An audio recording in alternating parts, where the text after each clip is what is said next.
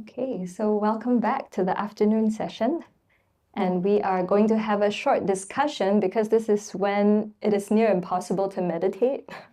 And probably you'll be doing sleeping meditation. So we're going to do a discussion about the topic of forgiveness, which is what came up in the teaching this morning.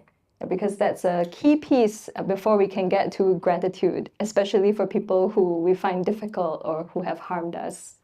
So some of you may not be familiar with how we do discussions, so I'll just describe it very briefly. This is something we do at Sravasti Abbey at all our retreats. Like Venerable Chodron will teach in the morning, there's often a guided meditation, and then during the afternoon session, someone will lead a discussion. So we'll take some time to just focus on our breath to calm the mind, and then I'll pose 3 questions. You don't have to write anything down. Just listen to the questions and pay attention to what bubbles up in your mind. And there are no wrong answers. So just, take note what comes up. And then, so we'll pose those 3 questions, and then I'll ring a bell to bring us out of meditation. And then we'll break into small groups of about 4 or 5 people to discuss what we've gone over and reflected on in these questions. So that's the first part. I'll give more instruction on how the discussion groups will take place after we've done the contemplation. But basically, this is a really helpful way for us to integrate the teachings, to relate to our personal experience, and also to connect with whoever is here, and to share and learn from each other. Okay? So let's take a moment just to settle into our meditation position, whatever is comfortable for you.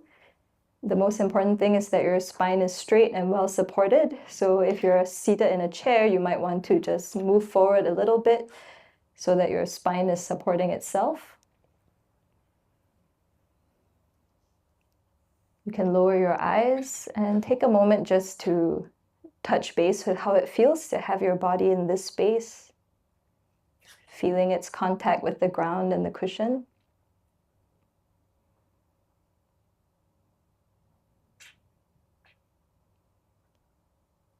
And let's spend a few minutes just paying attention to our breath, either at the rise and fall of your belly as you breathe, or the in and out sensation of air at your nostrils. So before I pose these questions for reflection, let's take a moment to cultivate our motivation for our time together. And what's coming to mind for me is what Venerable mentioned this morning about all the things we tend to take for granted. And I think one of them is definitely taking for granted the opportunity to talk to people in a peaceful, harmonious setting, like the one we have now. In so many places in the world, it's become difficult for people to come together and have discussions, especially if they don't agree with each other politically or religiously. Or in so many places in the world, there are active conflicts where it wouldn't even be safe to gather together as a group in a building. So how amazing and rare this is, that a group of strangers can come together like this to share from the heart, knowing that we all have the same motivation to look inside and to transform our minds, to do something that is beneficial, not just for ourselves, but for each other and for the broader communities that we all belong to.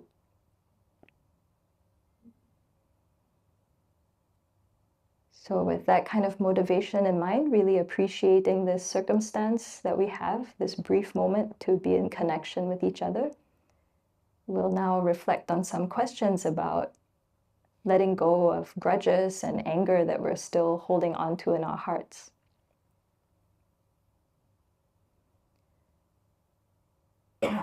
So the first question to reflect on is, who do you need to forgive in your life?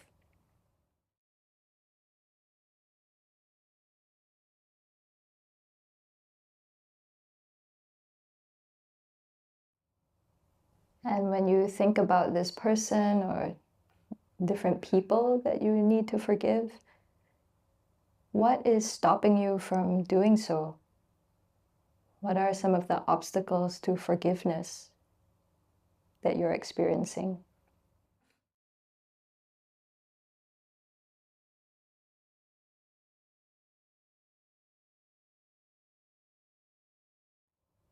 And the third question is, what ideas do you have about how to overcome these obstacles? Especially calling to mind what you heard in this morning's talk.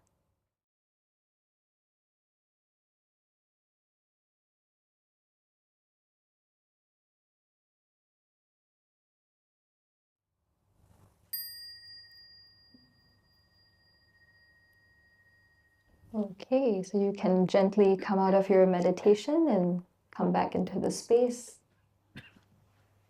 So, forgiveness, appreciation. Yes, people should appreciate me. I mean, I'm so kind. I do so much for others. Yeah, and they don't acknowledge it and reciprocate. And in fact, they get mad at me after I do so much. Yeah, right? Do you feel that way? Yeah, yeah. Couldn't you use a little bit more appreciation in your life? Don't people owe it to you? Yeah. Maybe the students aren't feeling that so acutely. Wait till you start working. You know, I go to that office, I work so hard, and then my boss criticizes me. Yeah. Oh. Okay. I hear that from people in Singapore a lot. It seems like bosses are the most unpopular people in the country. It's very hard to like people, meet people who like their bosses. Some of you must be bosses. You don't look very happy with me saying this. But, it's part of your Dharma practice, isn't it? Yeah. It's part of your Dharma practice. People make mistakes, and you have to work with them and help them and forgive them and go on. But they made that mistake. Ooh! And I'm going to get blamed for their mistake because I'm the boss, and my boss is going to come down on me, right? Yeah. Oh, we make ourselves so miserable, don't we? Because we see everything in terms of me, I, my, and mine. Yeah? We don't care, oh, that person made a mistake. Maybe they feel bad about it. Maybe they need to learn something. Well, that's incidental. The important thing is other people are going to come on down on me because I didn't supervise and make sure that person did it right. So it's all about me. Are you getting what I'm saying? We turn everything into a story about me. Because clearly I am the most important one in the whole world. 8 billion human beings. And everybody should realize I am the most important one. My happiness is more important than anybody else's. My suffering hurts more than anybody else's. Everybody should appreciate me. And if I make a mistake, nobody should notice it. Right? I'm certainly not going to notice my mistakes because I don't make any. If I make what somebody else calls a mistake, it's because they didn't explain it to me properly. That's why, right? Yeah, yeah. We always blame somebody else for our problems, for our mistakes, for our unhappiness. Yeah. And we just blame, blame, blame. And what good does blaming do? Yeah, you're angry, you're blaming. What's the video that you play again and again and again to yourself? The world's so unfair. I try so hard. I made a mistake. No, I didn't make a mistake. They didn't tell me what to do and give me better instructions. They interfered with it. They made the mistake. It wasn't my fault. It's their fault. Yeah? Is that what you think? I think most of us think that way, don't we? Oh, about 2 people are nodding. The rest of the people are going, but it really is their fault. You don't know. If you knew what those people did, it's really their fault. Why should I bear responsibility for it? Oh, but they should bear responsibility for my faults and my mistakes because I don't have faults and mistakes. Yeah. I call these the rules of the universe that we all have. We have different varieties of our own rules of the universe, but there's some common threads. What I just said, I don't make mistakes. If I do, it's somebody else's fault. Yeah. If I'm unhappy, it's because of what somebody else did. Yeah. It's not my fault. I don't know if you people do the same thing as American kids do, but in the US, some of the first words, I joke about this, I'm not sure. I think we usually, the first words we learn to say as babies are mama and papa. But pretty soon after that, yeah, the words we learn to say, especially when you have siblings, is, it's not fair. Yeah, it's not fair. So-and-so got to do that, and you're not letting me do it. Yeah. And we just grow up with that attitude that things are not fair. And yes, they're not fair, but we get the good part of the deal most of the time. But we still blame others. Yeah. And then we just feel like the universe owes us something. The universe should pay up. The universe should be so happy that I am in it. Yeah? I mean, my workplace, my school, my family, they should all be so happy that I am there. Okay, this is called How to Make Yourself and Others in One Easy Step. I don't know, how to make yourself and others miserable in one easy step. Okay.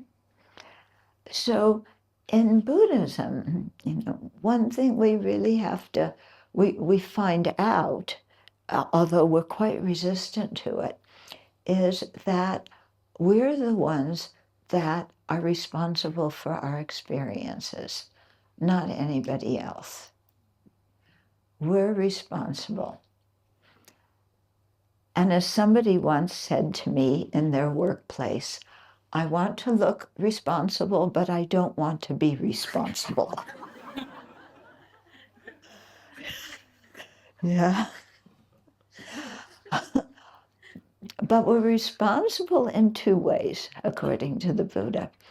One is how we describe the situation to ourselves. Yeah.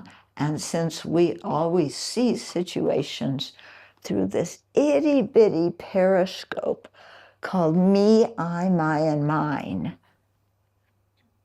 I mean, there's over 8 billion human beings. Our periscope looks at everything through me, I, my, and mine, how it affects me, whether I approve, whether it accords with my values and my wants and my needs. Okay, so by the way we describe situations to ourselves, we create a lot of misery in our own minds. Yeah. Because we then view everything in terms of me. And when we do that, then small, tiny things become incredibly important. Yeah. Somebody didn't say good morning to me.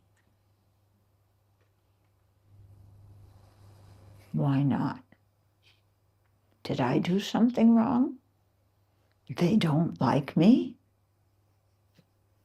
What's happening? They didn't say good morning? Oh, something's really bad. And ruminate, ruminate, ruminate.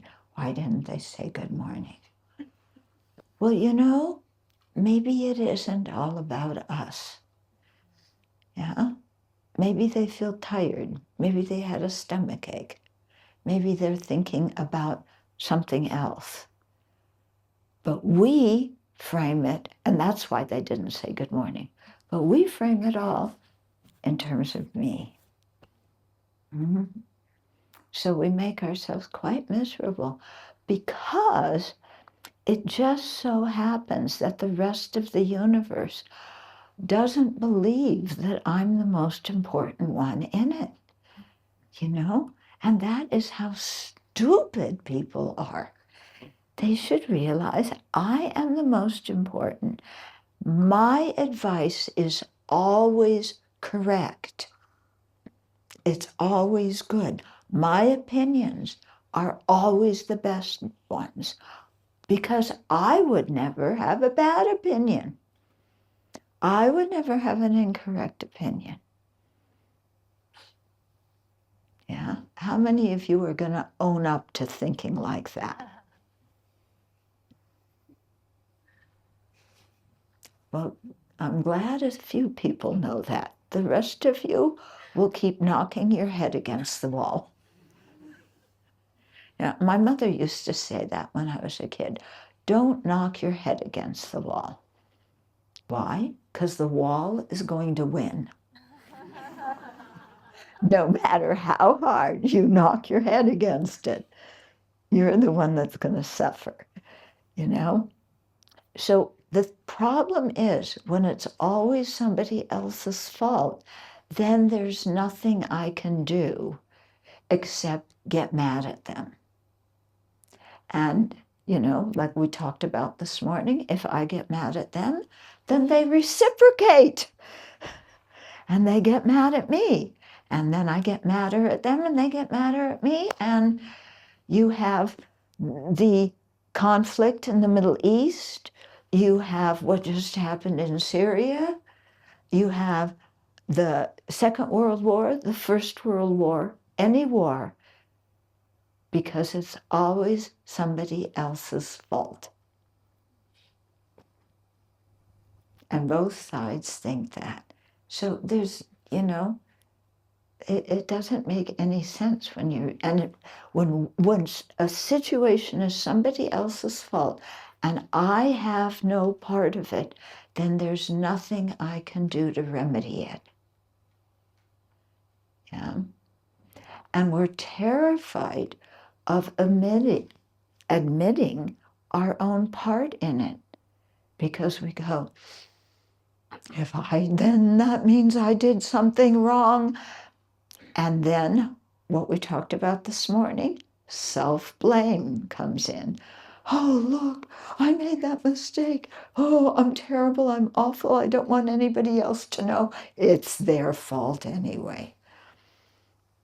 Okay, so we get ourselves all wrapped up and tied in knots And, I really encourage you to think about this and see how the self-centered attitude functions in your own life.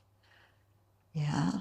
And how it pretends to be our friend and look after us, but because it makes us so self-centered in an unhealthy way and so inconsiderate and unappreciative of others, that it causes problems in our relationships, which makes us more unhappy. But then it's still their fault, isn't it? Okay, so how we create our own misery, or our own experience. It could also be our good experience. It's about how we see the self, yeah, in the present, how we frame the situation. The other way that we create our experience is through we do actions. They leave imprints in our minds. And then at a later time, later this life, future lives, then when conditions come together, those imprints ripen and we experience the result of our own actions. This is called the law of karma and its effects. Okay? So, sometimes very, people do mean things to us, or we're abused, yeah, or people blame us for things we didn't do. Why? Yeah, well, part of it probably has to do with how they're seeing the situation, but part of it may have to do with actions we did in the past that, of course, we don't remember, but we're experiencing the karmic result of it now. See? She agrees. Wisdom from babies.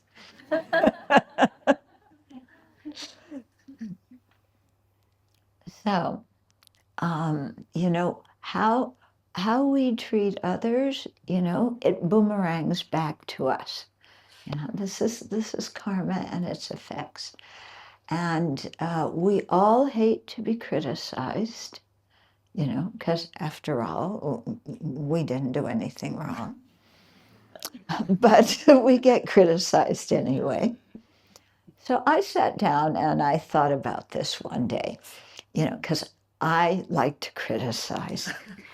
Why I like to criticize because it is their fault. It really is. Anybody who could objectively see the situation knows that it's their fault. I have nothing to do with it. So I criticize. Yeah. But I sat down and thought about it one day. Okay, I criticize not every day. Yeah, complaining I do every day, but actual criticism, not every day, maybe every other day. Yeah, frequently enough. But how many times do I get criticized? Do I get criticized every other day?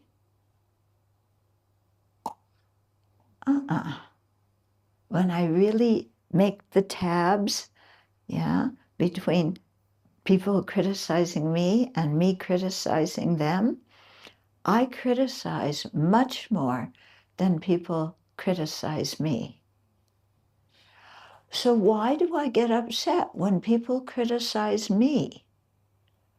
When it's less frequent than me criticizing them? That's not fair, is it? I should get criticized more because I criticize more. But I don't get criticized every other day. So I shouldn't, So one thing is, why am I getting criticized? Well, I could have made a mistake, but it also has to do with my previous actions. Yeah. So if I don't like getting criticized, and the pain I feel when I'm criticized, then I should stop criticizing others, because that creates the karmic cause for me to receive painful criticism. Make some sense? Yeah. So it's something to think about, yeah. If we don't like the experience of something, we should make sure we don't give that experience to other people. So do that to other people. Yeah. Okay. Now, I'm supposed to talk about, what's the topic for today? Oh, gratitude. That's the topic. I should have been talking about that from the beginning. Don't blame me. It's not my fault.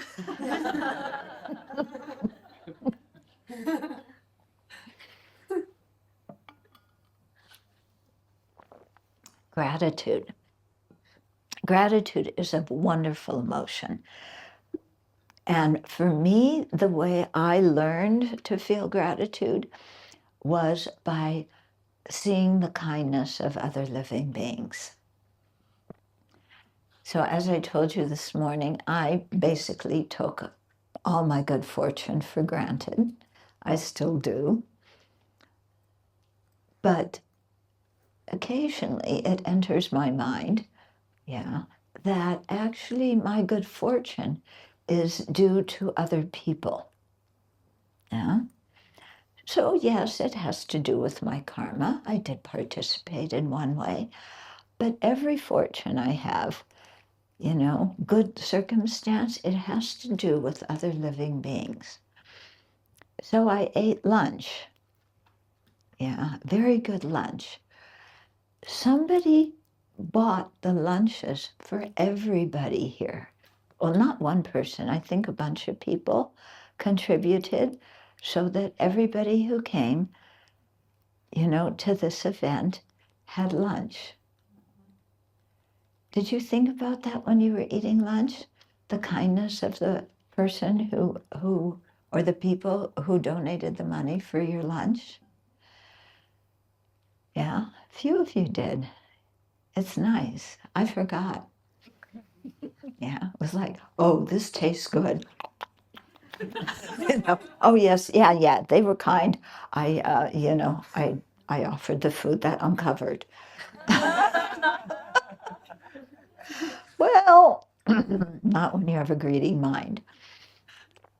But yeah, but it wasn't only the people who sponsored our lunches.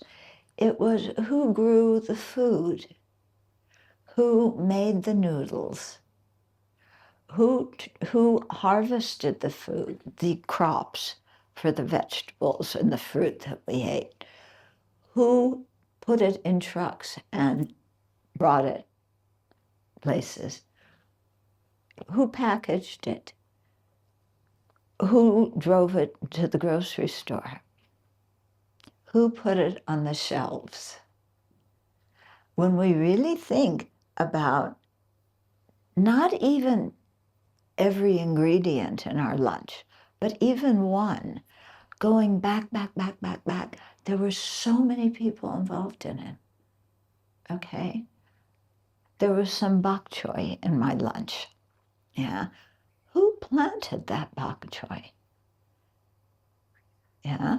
Did they plant it by hand? Was it planted by machine? If it was planted and harvested by machine, who made the machines? Who were the miners who worked all day underground, taking out the metals that were used to make the machines? Yeah. Who worked in the factory where the machines were made? Okay. When you start looking at just one thing, it goes back and back and back and back. So many causes and conditions. And each cause and condition had to do with other people's efforts. Okay? Am I safe in saying that none of us grew any of our own food for lunch today? Anybody here grow any of what you ate? In Singapore, they only grow asphalt and concrete, not food. Yeah, it's true, isn't it? Biggest crop here. You see it everywhere. Every time I come to Singapore, more asphalt, more concrete, stacked up high, high, high, high, high. Yeah? So who made the buildings you live in? Where did the concrete come from that made the buildings? Yeah? Who put in the electricity? Who made the wires for the electricity? Who made the switches? Who taught you when you were a little kid how to flick the switch on and off? Now they have these new switches. We're building a Buddha hall at the monastery where I live. Now there aren't the switches that go up and down. Now there's these high-tech, finagled, complicated things that there's a panel and you have to figure out which thing you're supposed to push to make the light go on and off. Because in some of them, there's a light bulb and you push it and it goes on. So you would think it toggles and when you push it, it would go off. No, you have to push another one that has a light bulb with a slash through it. You push that to go off. But other places in the same building, it is a toggle and you can push it 2 times to make it go off. Okay, so somebody had to teach me how to turn on the lights and how to turn off the lights. Yeah? When we look, every small thing, there's a package of tissues here. Think about how many people were involved in a pack of tissues getting here. Yeah, there were loggers who logged the trees. Yeah, logging is one of the most dangerous occupations. Yeah, many people are killed in logging, but this came from wood. Yeah, and then it was transported to a factory where they make it into pulp and turn it into tissues. But then there's plastic wrapped in it. Where in the world did the plastic come from? Some other factory, yeah? And what do you make plastic out of? I have no idea. And where do you get the stuff to make plastic out of? Is that probably from some kind of chemical companies? Yeah? And those are probably unnatural chemicals. Who invented those chemicals? Yeah, that made the plastic, that cover the tissues, yeah, that were put there by the loggers risking their lives to cut down trees and other people working in factories. And then all the people at the stores, the people who bought the tissues, yeah, and they're here and I can use them. And if you're nice to me, I'll give you one. But only if you're nice. When you really think about it, everything we have involves other living beings. And I think more than any other time in human history, we're dependent on other living beings. Yeah. We don't build our own home. Yeah. In fact, not even one person is in charge of building our home. Many people are. Do we ever think of the lives of the people who built the place where we live? Or what about the lives of the people who built this room? Yeah? I bet a lot of them were Indian migrants coming here. Yeah? Looking for a better life for their family. Yeah. When you see the Indian migrants, do you respect them? Yeah. When you see workers working on something, do you thank them for doing it? How about the people who built the roads that we all drove on to come here? Yeah. Wouldn't it be nice if instead of doing road work during the day, when we use the roads, they did the road work at 2 o'clock in the morning when we're not on? Yeah. Wouldn't that be much better? Yeah. They should work at 2 o'clock in the morning on the roads so that during the day they're all finished and I can ride on them. Do you want to work at 2 o'clock in the morning for somebody else's benefit?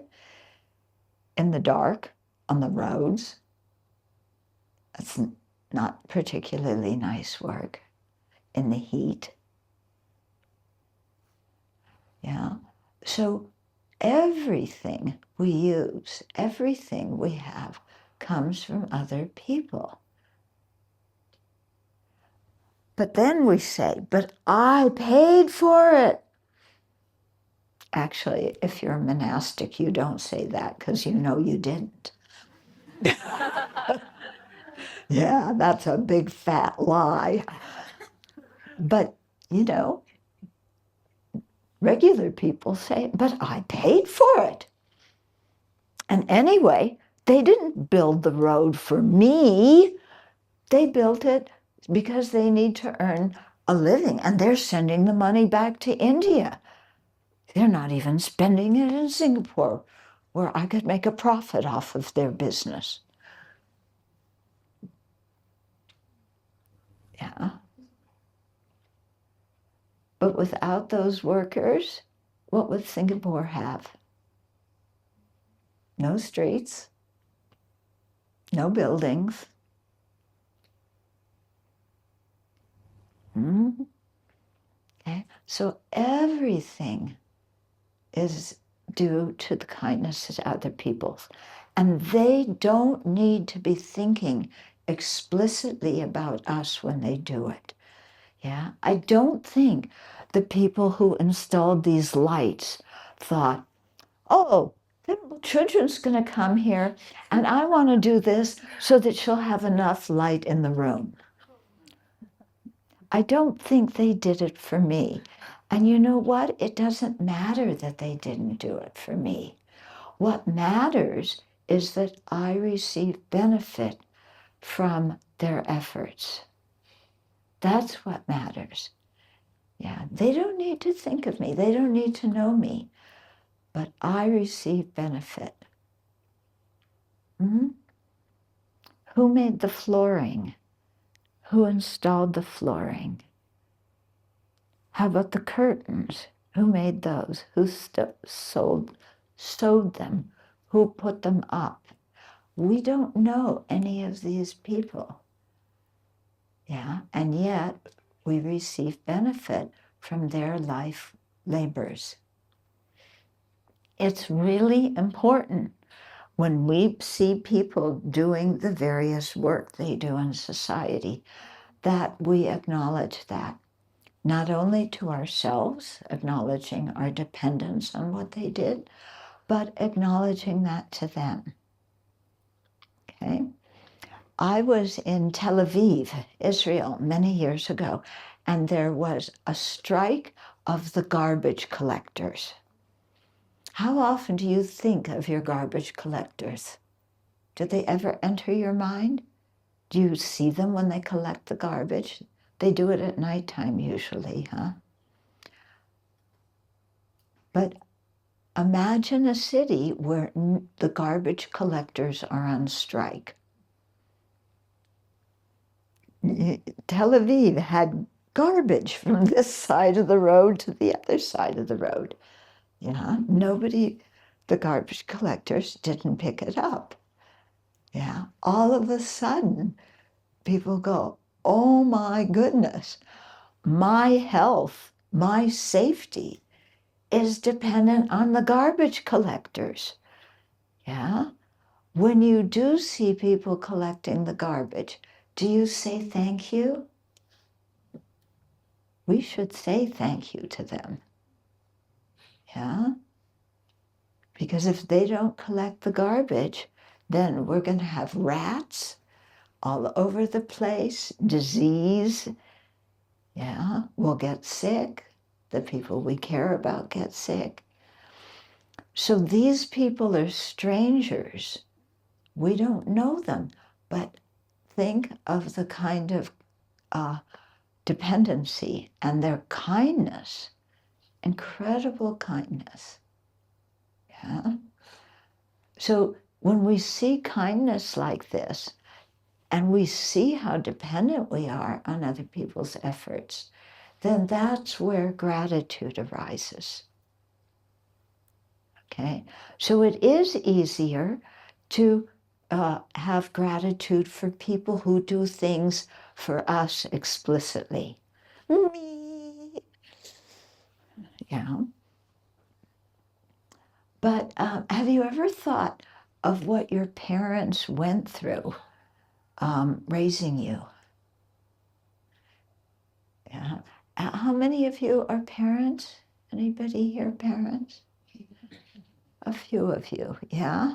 You know what it's like to get up in the middle of the night when you're exhausted and you want to sleep for a crying baby? But you get up and feed that baby anyway, don't you? Yeah? So that's what our parents did for us. Yeah? And they get up happy. Yes, they're tired, but they love their babies, right? You'll attest to what I'm saying. You get up in the middle of the night. Are you happy to get up to feed your baby? Yeah. Yeah. Are you happy to change her diaper? Yeah. Yeah.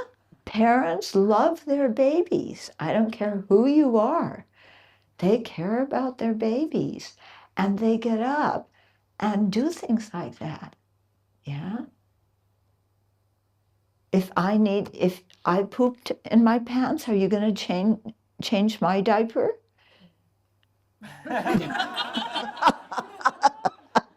Yeah. Because kids later on do that for their parents. When your parents get old, they start pooping in their pants. Yeah. Yeah. My dad wouldn't let me change his diaper. He wanted my sister to do it. Okay.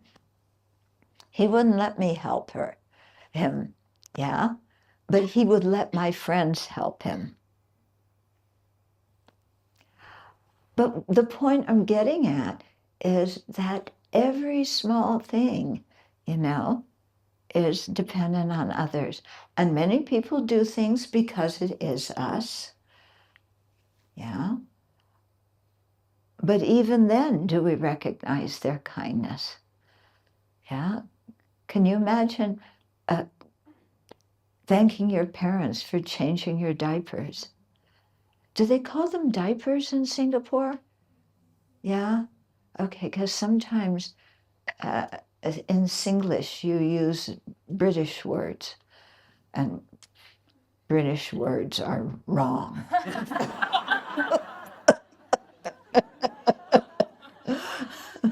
What are nappies? Nappies are for babies. Yeah, that's diapers. Adult diapers are for adults. Adult diapers are for adults, but regular diapers are for babies. But the British call them nappies. Nappies? Yeah, a nap is what you do in the middle of the afternoon. Okay. But,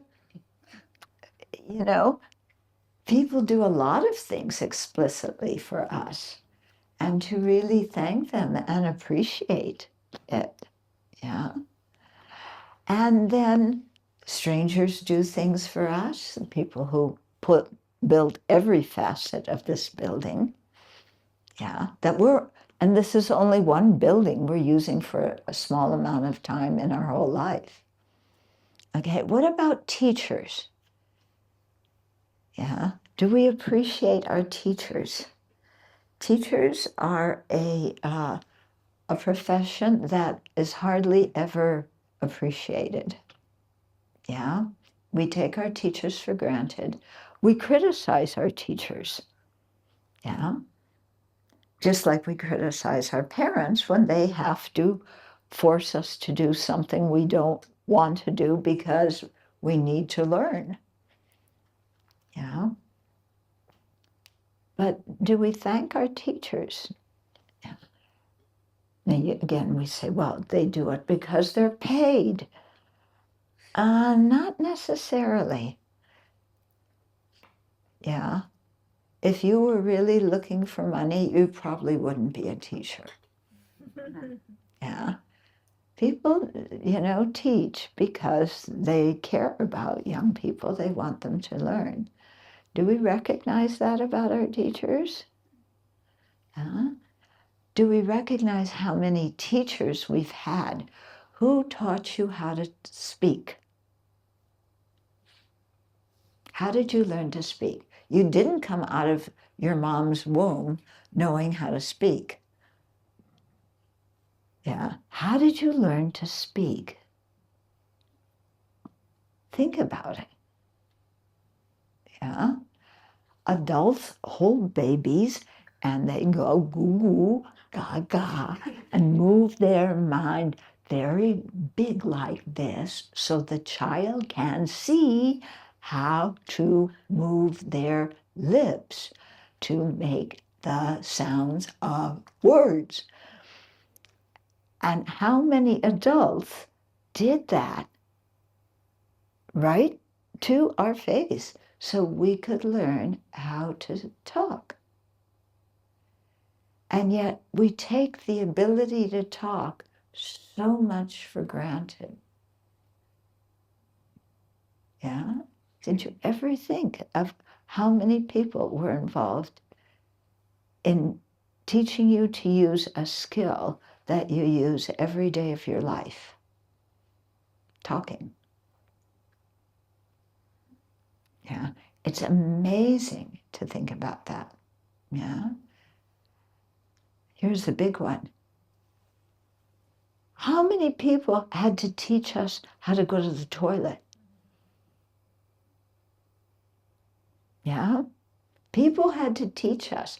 If it were left to us by our own design, we would pee and poop everywhere, anywhere, just like animals. People had to teach us to do that. Yeah? Yeah. So I'm very grateful for all the people who taught you and me where to pee and poop, because otherwise being in this room would be a little bit difficult. Okay? So everything we know, every skill we have, you might be good at art, good at some sport, you might understand electricity, you might understand plumbing. I don't understand any of those things. Yeah? But whatever skill you have, it's because other people taught you. Mm-hmm. And I'm so glad that other people know more than me. Because if the culmination of the planet's knowledge was me, we would all be living in the dark, because I don't understand electricity. We'd be peeing and pooping everywhere. Yeah. We wouldn't have any buildings, because I don't know how to build them. I know how to complain about the contractor. That I do very well. But build the building, Okay, so I'm really glad that other people know more than me.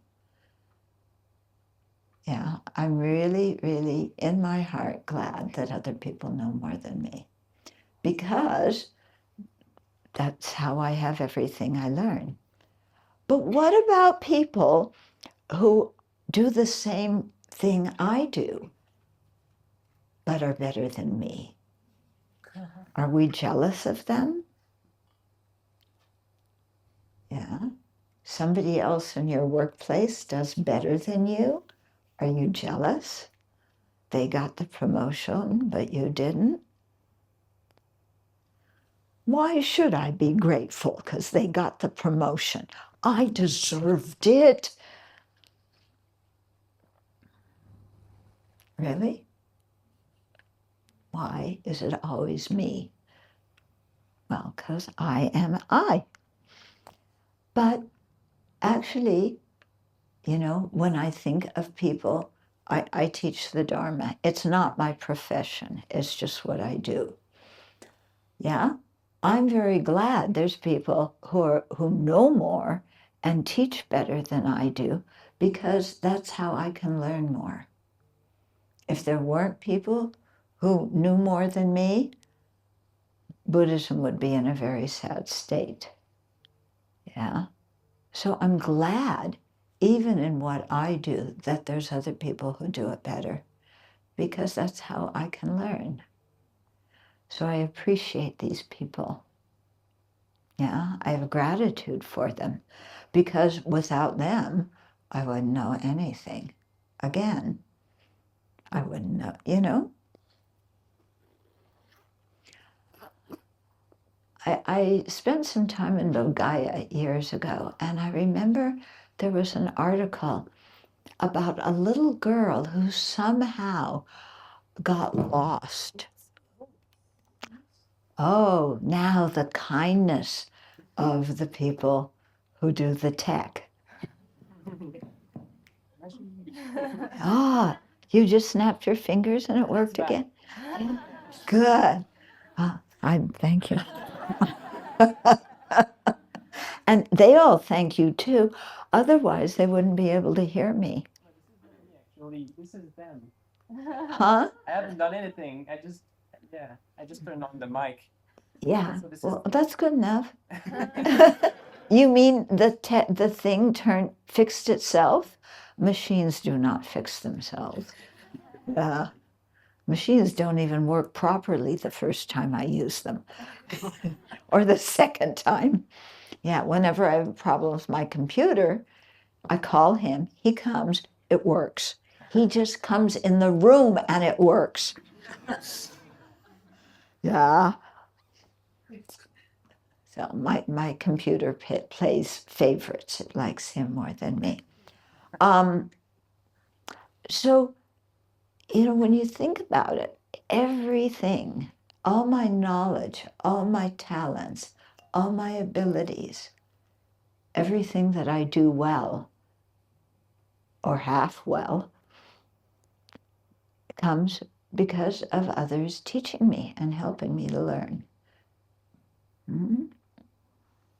Okay, now the question came up, how do you have, it came up this morning, how do you have gratitude for people who harmed you?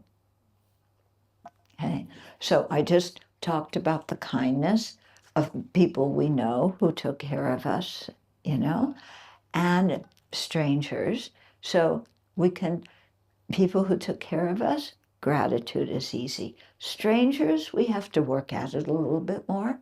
But when we really open our eyes, we can appreciate and thank them and feel grateful. Enemies, people who harm me or the people I love. Yeah. Ooh, ooh. Yeah, you want to retaliate. You know, you know, it's Christmas. Christmas season, may there be, what is it everybody says? May there be peace on earth and goodwill towards men. They're not wishing goodwill for women. We are half of the population, guys. Yeah, and if it weren't for us, you wouldn't be here. So it should be peace on earth and well-being for all living beings. Yeah. But what about the people who harm us?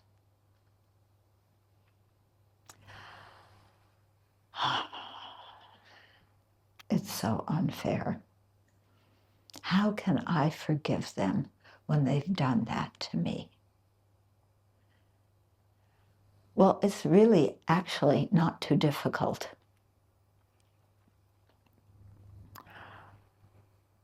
Okay, I'll tell you some stories. So I'll start with my parents. So I didn't get beaten, but I got yelled at when I was naughty. And apparently I said to my parents when I was little, please just hit me, stop screaming. Because I hated people screaming at me. Yeah. But later when I grew up, I recognized, when you're little, you expect your parents to be perfect. Yeah. They should be perfect. And when they make mistakes, we think that, they shouldn't. Yeah. But they're human beings just like us, and they have problems just like us. And when you really think about your parents' lives and what they experienced, growing up, then you understand them better as human beings. Mm-hmm.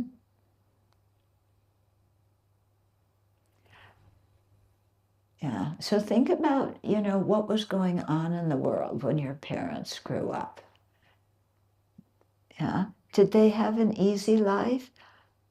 Maybe they were faced abuse or when they were kids. Yeah, my parents grew up during the Depression. Where, there was very little to eat, people were impoverished. It was a worldwide depression. Yeah, that conditioned their behavior.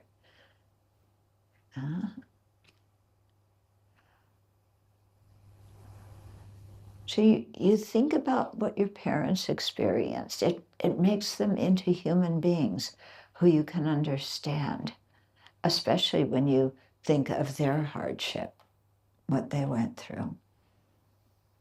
But especially when I was a teenager, okay, that's when we had problems. And one of the things we had problems about was at 16, I was an independent adult. This is my way of thinking. I can make my own decisions. I know what is right and wrong, what is good and bad, what to do and not do. And don't tell me what to do. And especially don't tell me what time to be home at night. Yeah? My curfew was always earlier than my friend's curfew. It was unfair. And we didn't get along sometimes about,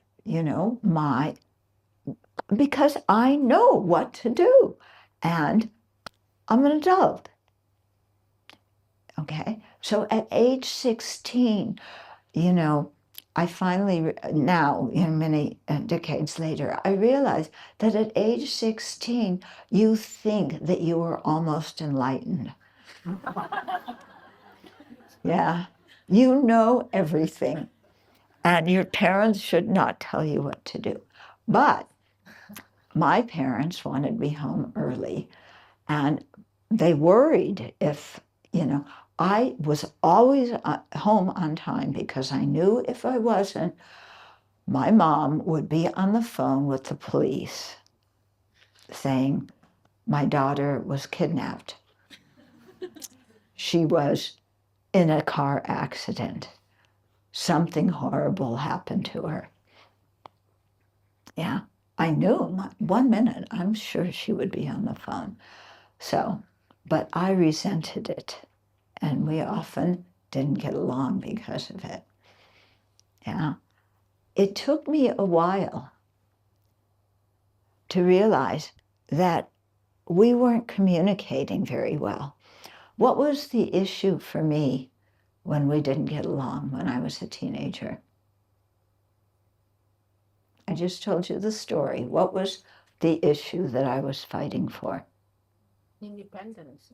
My independence, my autonomy. What was the issue with my parents? What was their concern? Your safety. My safety. It took me decades to realize that that's what my parents were concerned about. I thought they were just being overprotective and restricting my freedom. So I'm fighting about autonomy, freedom, independence. They're fighting about safety. And I thought they were stupid because they didn't realize that I'm capable of doing things. And they didn't realize that, that they were being a little bit too overprotective. So they thought I was careless. I thought they were stupid for being overprotective. Yeah. We were fighting about totally different things. Yeah. And I think, if I had been able to understand my parents' side of the issue when I was younger, we would have gotten along a lot better. Years later, yeah, because after 16, well, actually even before 16, I didn't like them to tell me what to do. Well, years later, yeah, my brother's getting married, and I was a nun by that time, and they asked me to come for the wedding, and they asked me to look normal.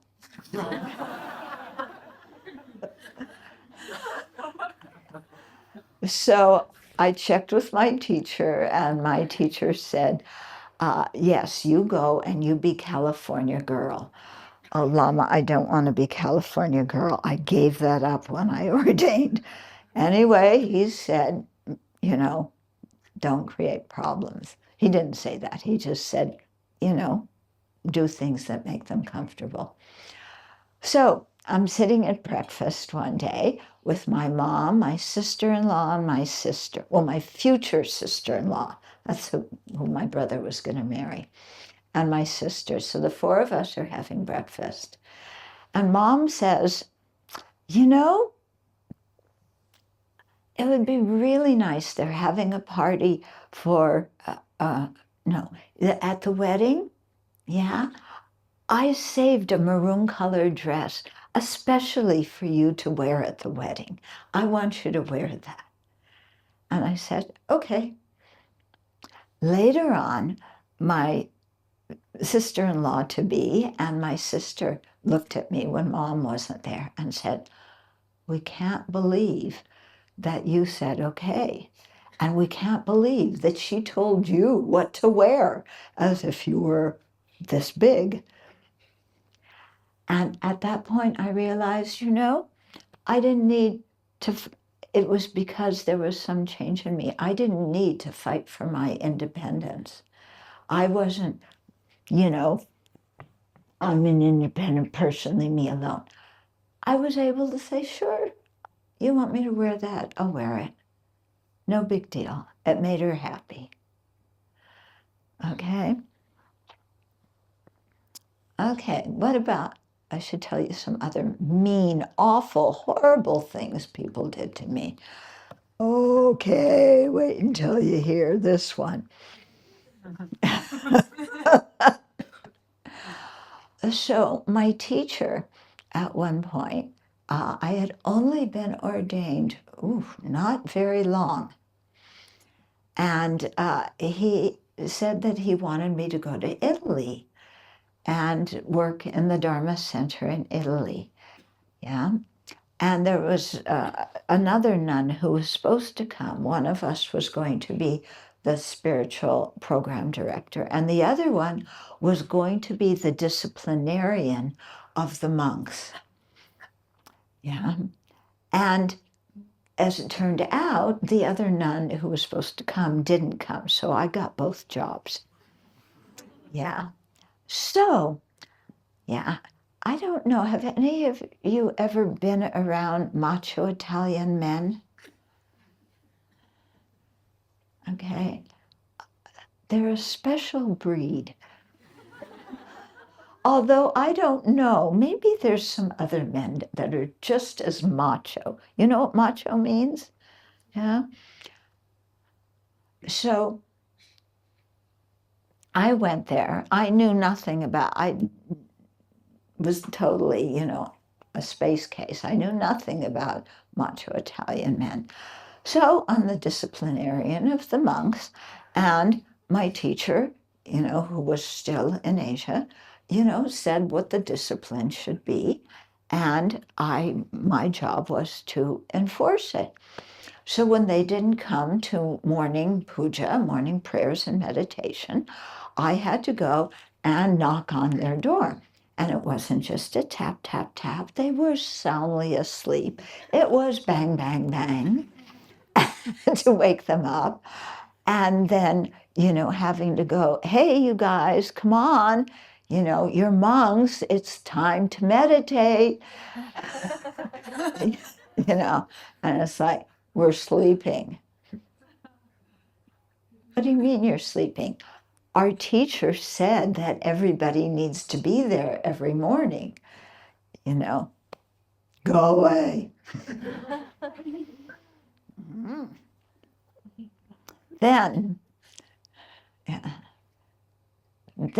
when we had committee meetings, the director of the center was a monk.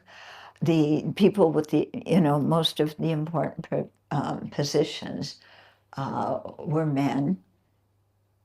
And I was, I think, maybe the only woman in the, like the board, the people who met and talked about how to run the Dharma Center.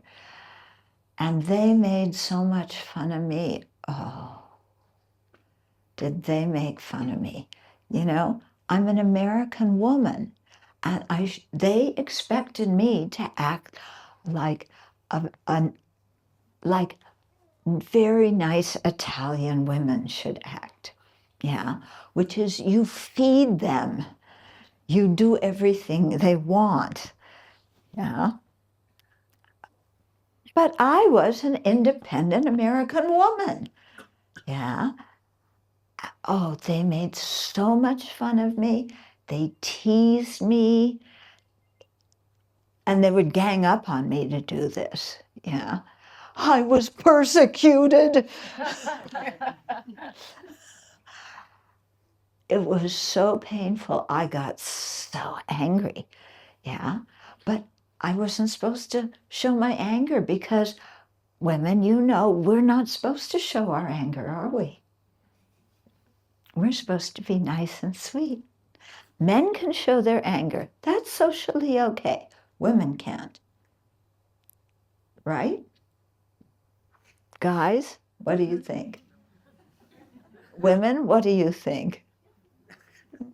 Yeah, okay. So don't worry. I like men. It's okay. But there are gender dynamics in things. Yeah. So you get interrupted, you get criticized, you get teased, you get made fun of. This all happened to me. And I was supposed to be the one that they listened to because I was the disciplinarian and I was the spiritual coordinator. So I'd get very angry and then go back to my room every day and study Shantideva's chapter 6 on patience and fortitude. Calm down, go back into my office the next day, yeah, and then have to deal with it. And they would do things like, I was working on I was editing something because it was going to be printed. And one of them came and took it from my desk when I wasn't there without asking me. So I came back the next day to work on it, and the project I was working on wasn't there. Yeah, they took it. The director of the center, one day, because I thought we disagreed on a policy, yeah, that was actually not so important.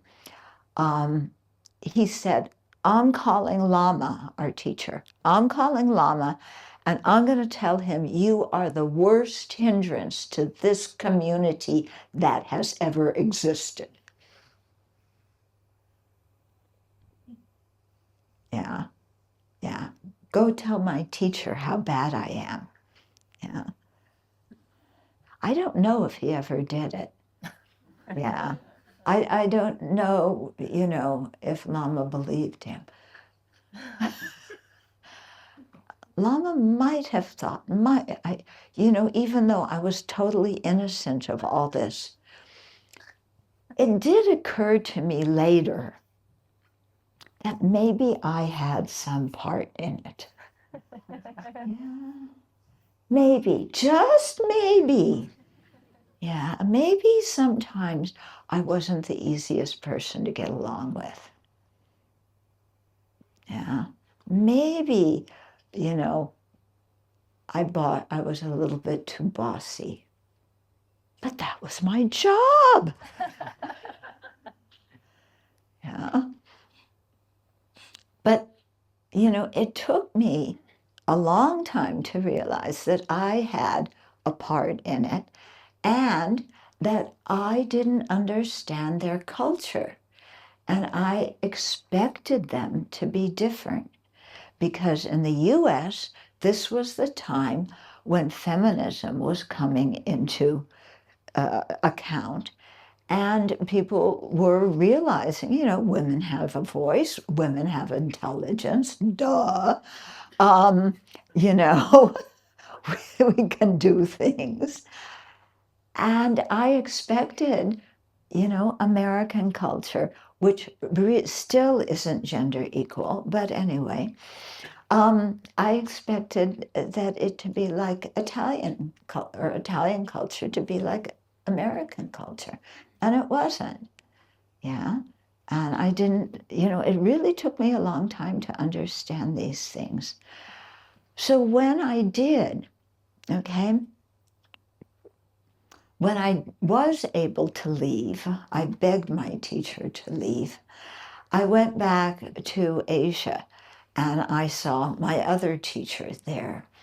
And he said, how was it working with, and I'll call him Sam, the guy, the director, the one who was going to call my other teacher and tell him I was the worst hindrance to the center. And he said, how was it working with Sam? Who is kinder to you, Sam or the Buddha? Rinpoche, what are you talking about? I didn't say that. I was too polite. But I did say the Buddha is kinder to me than Sam, because he knew what I had gone through with Sam, And I said, the Buddha, the Buddha teaches me the path to awakening. He's kinder to me than Sam. And Rinpoche looked at me like, yeah, you still haven't understood, kiddo, have you? And he didn't say that. He doesn't talk to people in my slang. But he then proceeded in this very calm voice to explain to me why Sam was actually kinder to me than the Buddha.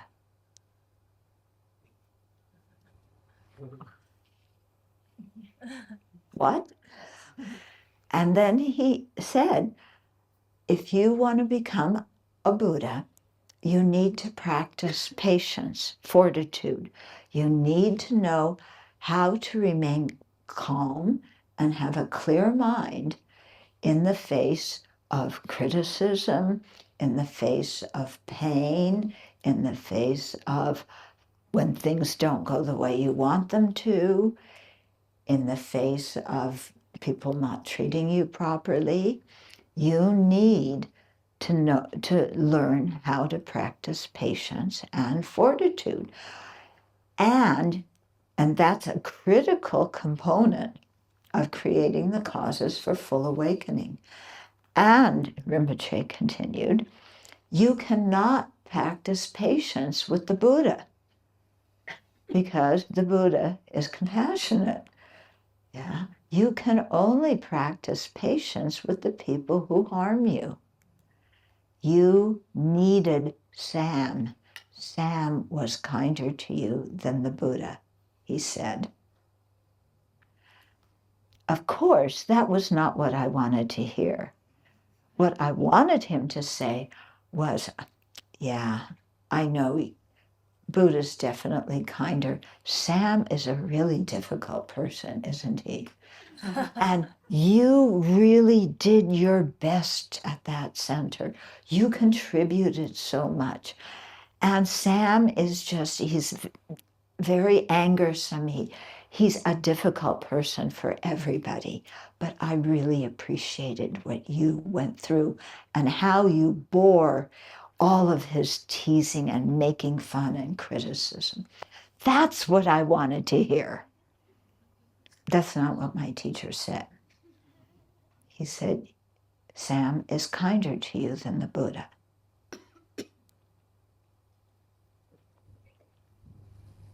And he had a rational argument to prove it, because you need to have patience and fortitude to become a Buddha, which is what I wanted to do. Yeah. So that's one way to practice kindness with an enemy. Yeah. Because they are teaching us, they are giving us the opportunity to practice something that is incredibly important on our path to awakening. Yeah, so we need these people. Mm-hmm. Okay, and we can learn a lot from them. Later on, okay, it was my birthday at the Dharma Center where I was teaching. And the people had gotten together, to celebrate my birthday. I actually don't like people celebrating my birthday, but anyway. So we're sitting around having cake, and one of the important people in the group who I worked with very closely, because I forget what position he had, but I think he was actually the program coordinator. So we worked very closely together, and he was a really nice man. We got along quite well, and he was a very diligent Dharma student. And he didn't come to class that night when we were having my birthday party. And I wondered where he was. And then someone else came in, another member of the group, and handed me a card, and it was from him. And, and I thought, oh, he's probably, something happened or he's not feeling well, and that's why he didn't come. Well, I open the card and I read it, and he says, I'm stopping to come to the group. I'm resigning from my position as of now.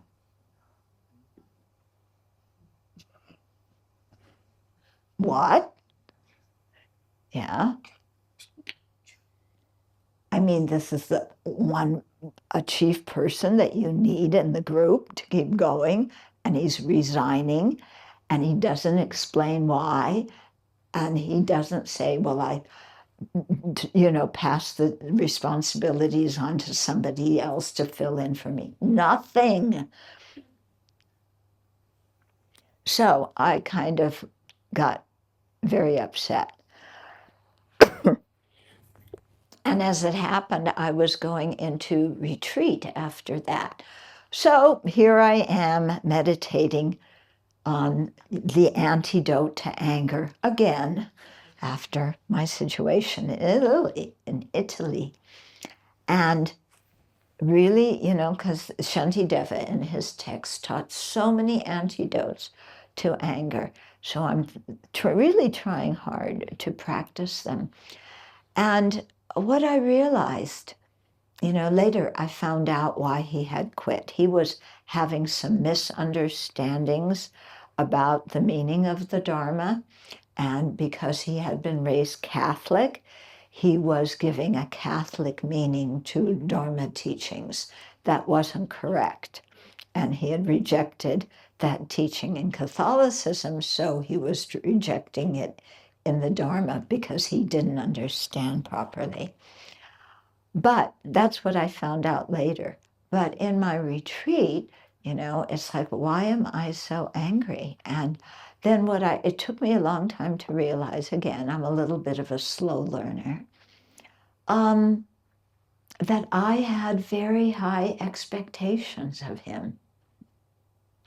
Yeah, that I thought he's such a good student, so cooperative, so easy to work with.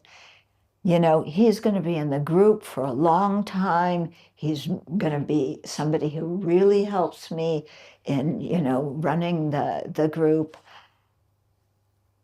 It never had entered my mind that, maybe he had some problems.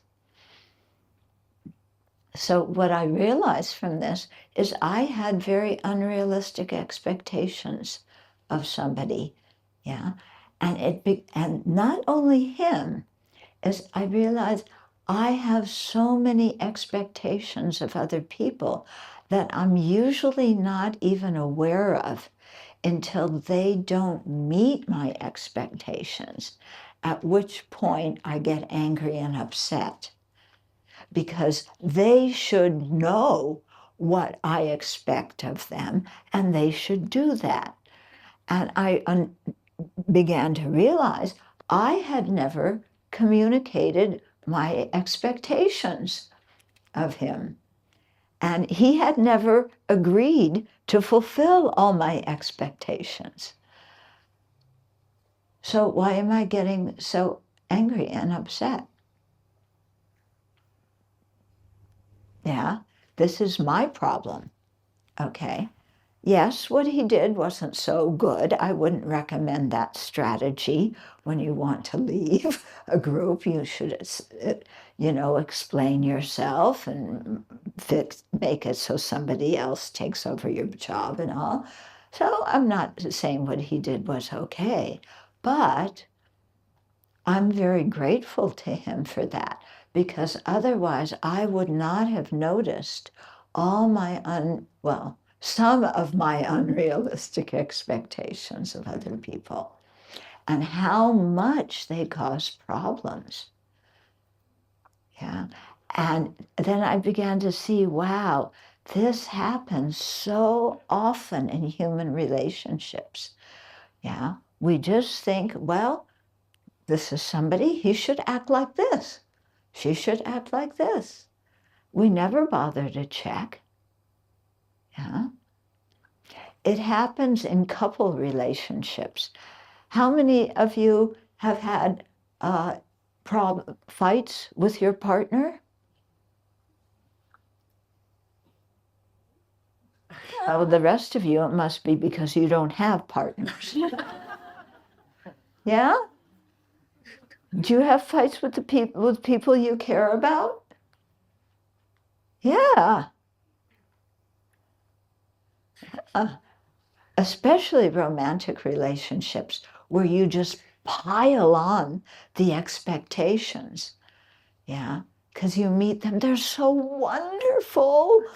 You fulfill all my needs. You're so kind and courteous and do things for me. And I'm in love. And then, he just acts like a regular human being. And it's like,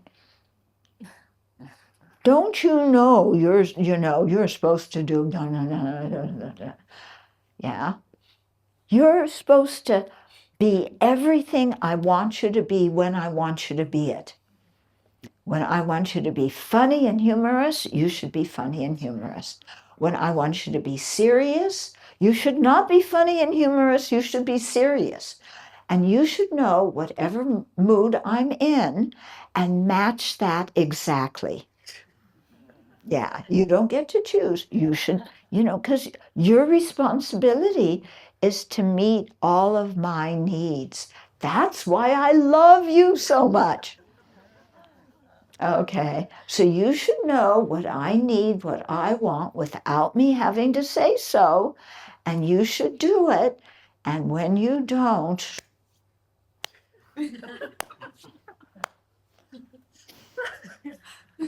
yeah, we disagree. We have a fight. Okay. Now, when I thought about later, did I ever say to that person, I hope you know that you're signing up to fulfill all my needs, that you're signing up to be in the kind of mood I want you to be in when I want you to be in that mood, that you're signing up to always defend me when other people don't treat me properly. You're signing up to always agree with everything I say because whatever I say is correct. You're signing up to always be young and handsome. You're not allowed to age. Okay. Yeah. Yeah. You're signed up to always look good in the morning. Oh. Yeah. But you never check your expectations with that person, do you? Yeah? We just kind of have those expectations, and they're supposed to read our mind and fulfill it. Yeah? So when we have problems, do I have some responsibility in them? You bet. You bet. I have unrealistic expectations and demands. Yeah? You're supposed to. Okay? That part of the problem is my responsibility. I have to own it. And they are kind to me for pointing that out to me. Yeah, because I'm always saying in my Buddhist practice, I want to be a better person so I can benefit others. And that person is telling me how to be a benefit, more benefit. Yeah.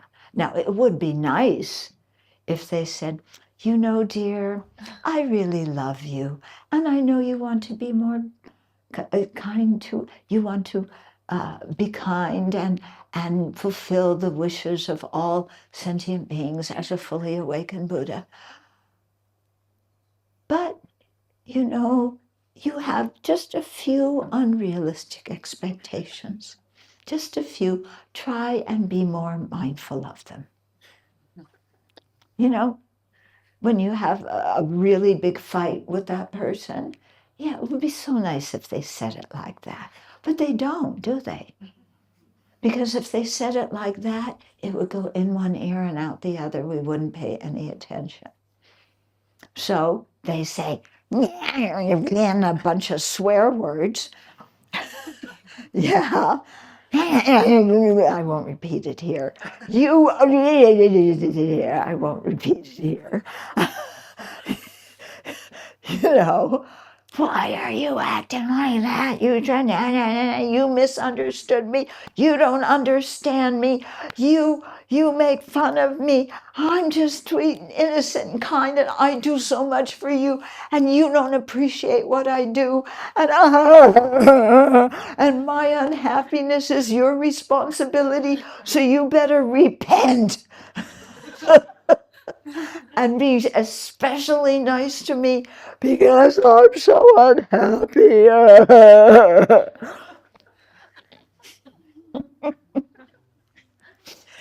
Yeah? I see a few of you are nodding in agreement.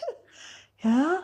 So they're showing us, our incredible self-centeredness, and our inability to really consider somebody else's life and somebody else, how a situation looks from their perspective. Yeah? And so it's like, ding dong, thank you for pointing that out to me. I really appreciate it. Yeah. I think she's telling me that we're already over time. You're so polite, Amy. Thank you. Yeah, you didn't come up here and say, look, we're supposed to be out of the room at 4 o'clock and it's 4:24 right now. Shut up.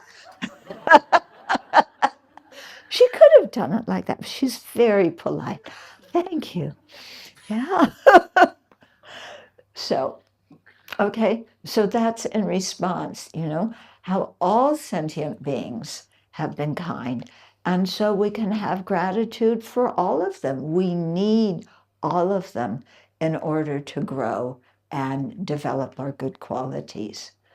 Yeah, so even when people don't treat us properly, what we think is properly, we can still learn so much from them, and we need them. Yeah, and so to appreciate and be grateful to them.